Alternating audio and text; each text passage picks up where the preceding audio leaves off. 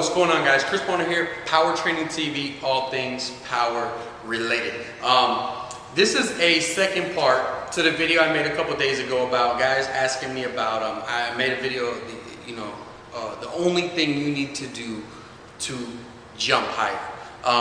What I mentioned in this was I basically gave my experience as basketball players roll into our gym, and obviously the main thing they want to do is they want to be able to dunk. That's a huge thing that I get. I understand it's a huge thing on the internet.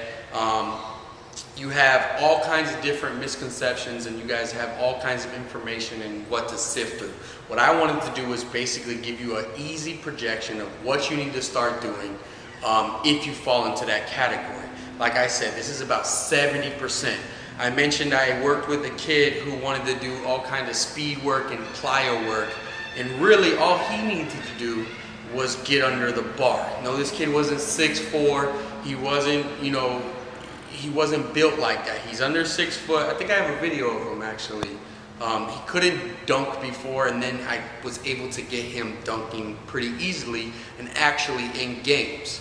And I've worked with a couple kids like this where it was just a matter of having them activate their posterior chain with some kind of complex movement, really tax their nervous system, really get them strength in that area, and then see it transfer over to on the court as they're playing. Sometimes when I get basketball players in here, all I have them do, I have them lift like football players. I put a little strength on them, and it's like night and day when they're out there on the court. But after this, I received an influx from you guys, basically telling me all kinds of different things. You know what I mean? I'm 6 foot, 100 and whatever pounds, and I can squat 2 times my body weight, or 300-400 pounds, and all these other things. And basically, you're telling me, okay, yes, I can squat that much, and I still can't touch rim. So for you guys, I wanted to make this video because there is a percentage of you out there who are doing this and still can't jump.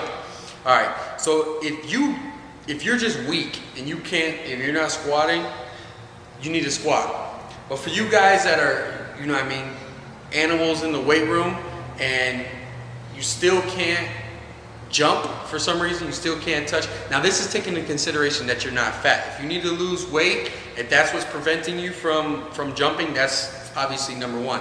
But taking into consideration that's not there. Say, you guys are telling me like 170 pounds, 6 foot, can squat 500 pounds and can't touch the rim.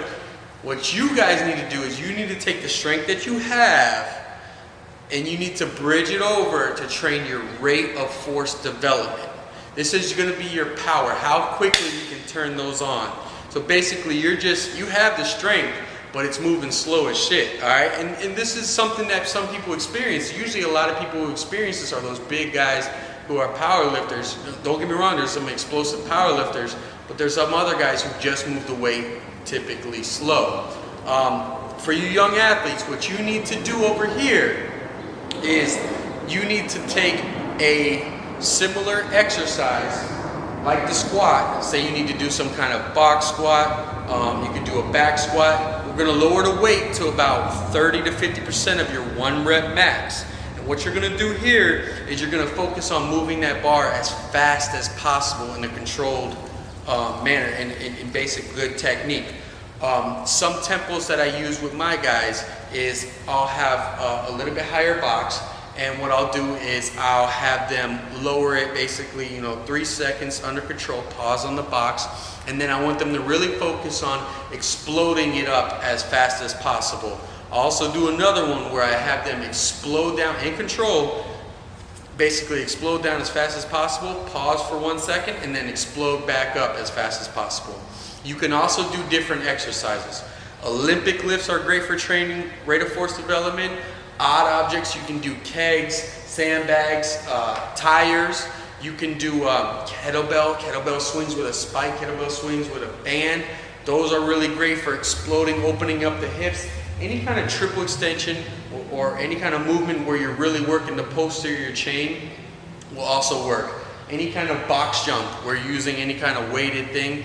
Remember, this is for an all-out one punch. So you're not training absolute strength And you're not just doing plyos with your body weight.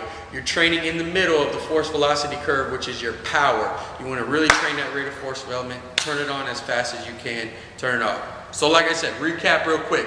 If you suck, if you're just weak at, if you suck at weight training and you just need to squat, get under the bar, squat heavy, stay in the 5 range underneath, 3 reps, 1 rep, follow something, a basic linear program. Follow like something like Wendler's or our gridiron domination program.